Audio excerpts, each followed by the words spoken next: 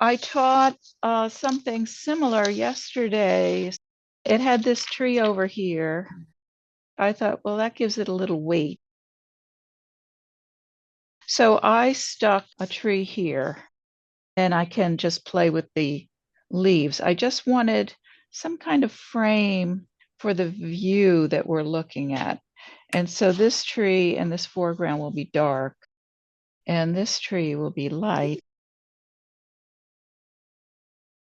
I usually like to start with the sky.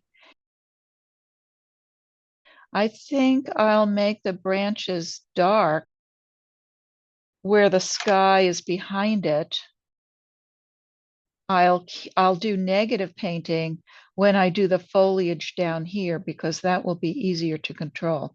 If I tried to paint blue sky around this tree without masking it, I wouldn't get an even blue sky. Now, if you're doing the blue sky and it just starts to go south on you, then just imagine some clouds. This is a 3/4 inch oval. I think I'm going to come right down to the water's edge. Maybe to here above these weeds. And then when I put the sky in, I'm going to let it drift down. I'm not going to add any blue down here. I'm just going to let it fade.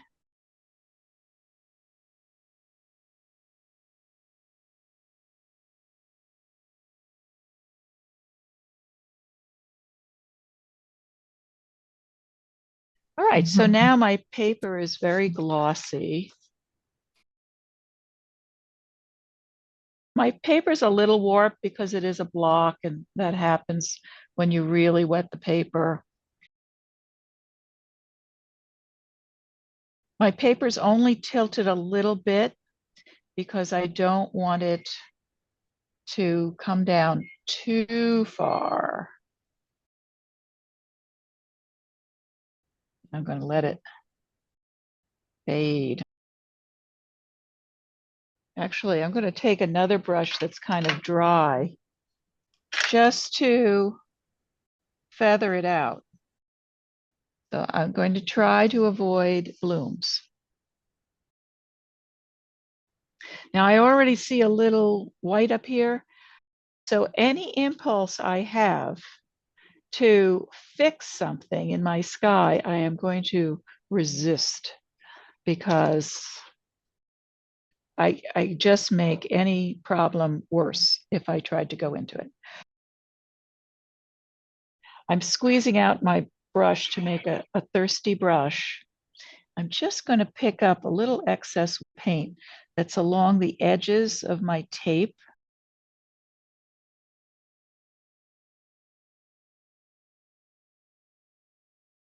I mixed my colors.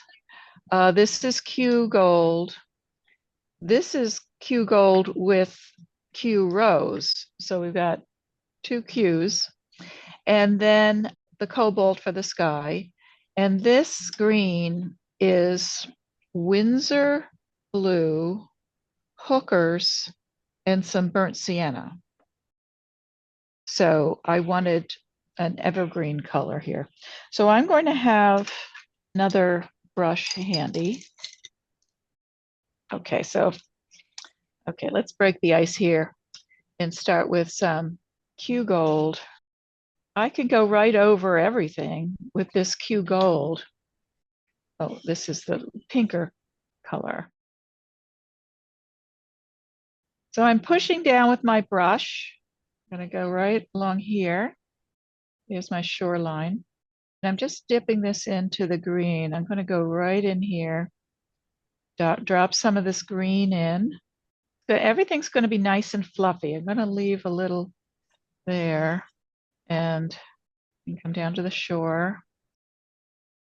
Now, whatever's up here is going to go down here. It's going to be primarily this Q gold and this pinky Q gold.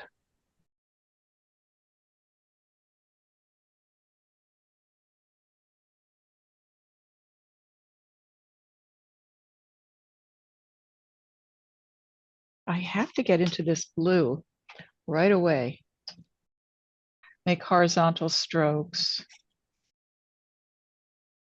So I'm putting this in, and it's going to merge a little bit with the colors I've already painted here. I'll just leave a little passage of white dry paper here. And while this is wet, I'm going to go in with an almost dry brush with stronger cobalt up here. So you want to make sure you don't have excess water, and then it's lighter down here. And so while I'm working with this blue, I'm going to wet this part. This is clean water. And this is going to be a more dilute blue. I'm just going to go across like this. I'm going to actually drag this all the way over onto where there'll be reflections.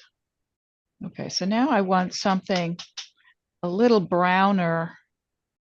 So this is the two Qs.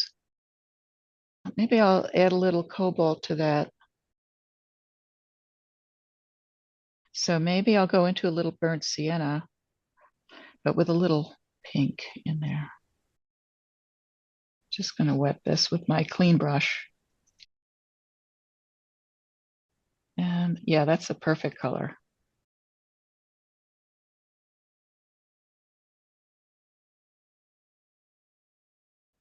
So I'm wetting this. So this patch of marsh grass will be nice and fuzzy up here. This is more yellow here. So that's back with the Q gold. I'm re-wetting the paper. So I want everything to be nice and fuzzy in the reflection.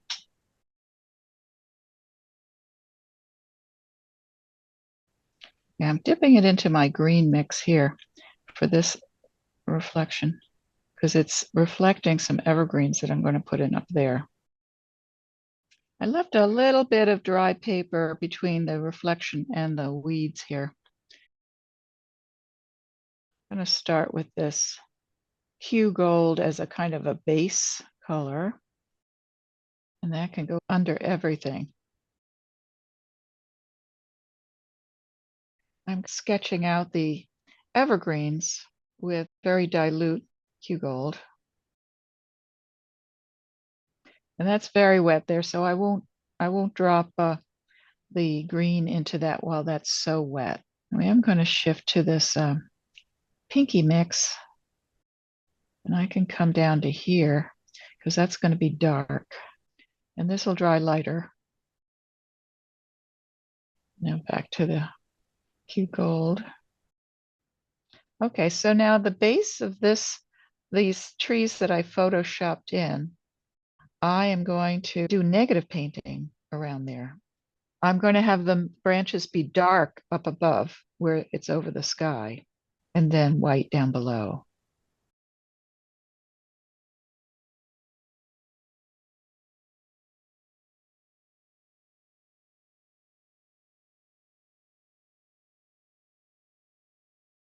All right, now I'm going to go back to these evergreens. I think I'm going to use my rigger brush. I think what I'll do is, might be a little tricky, just going to spritz in a very controlled way. So I'm holding this brush way back here. And the first thing, for an evergreen, the first thing I do is I'm going to draw where I imagine the trunk is, and then work off that. And I'm just going to let this dance around, and I can go back go in a zigzag fashion.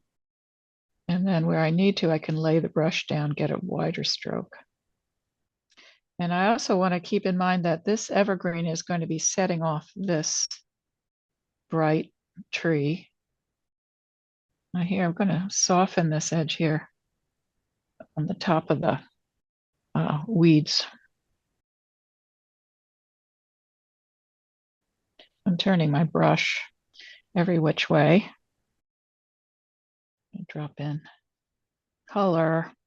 So if it blends and blurs, all the better.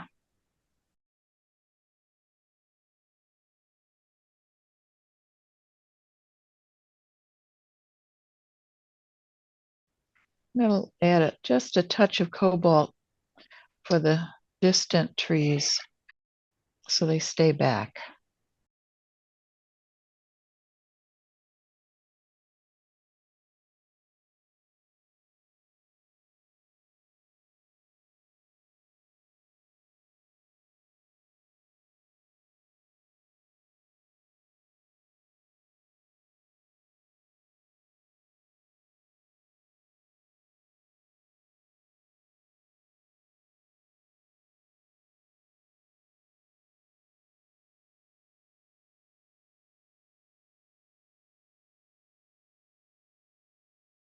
I'm dropping other colors into this evergreen color.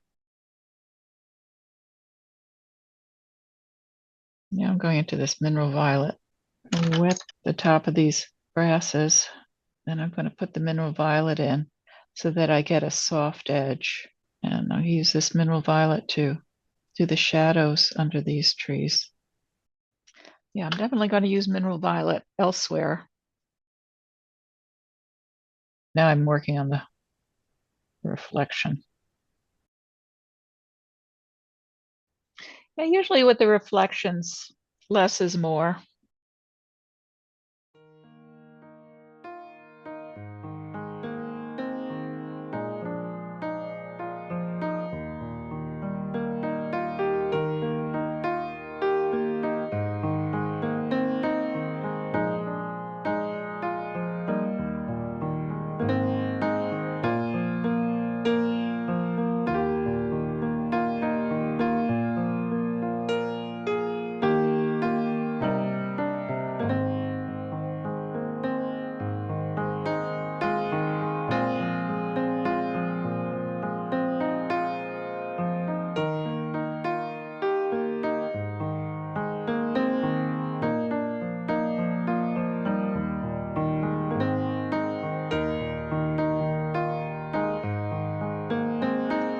I'm using a short stiff brush just to put these foreground weeds in.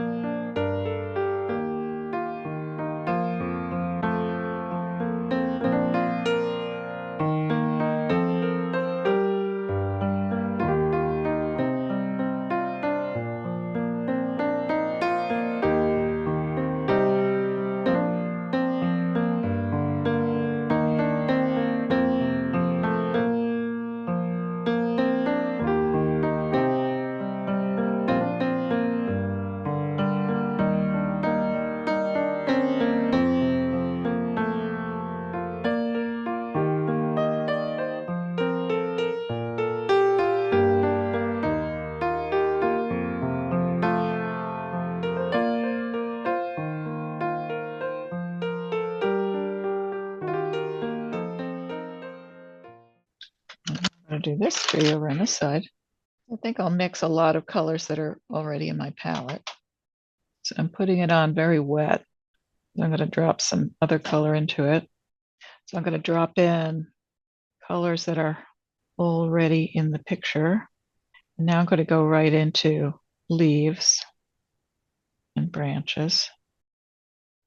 I think I'll switch to my rigger brush.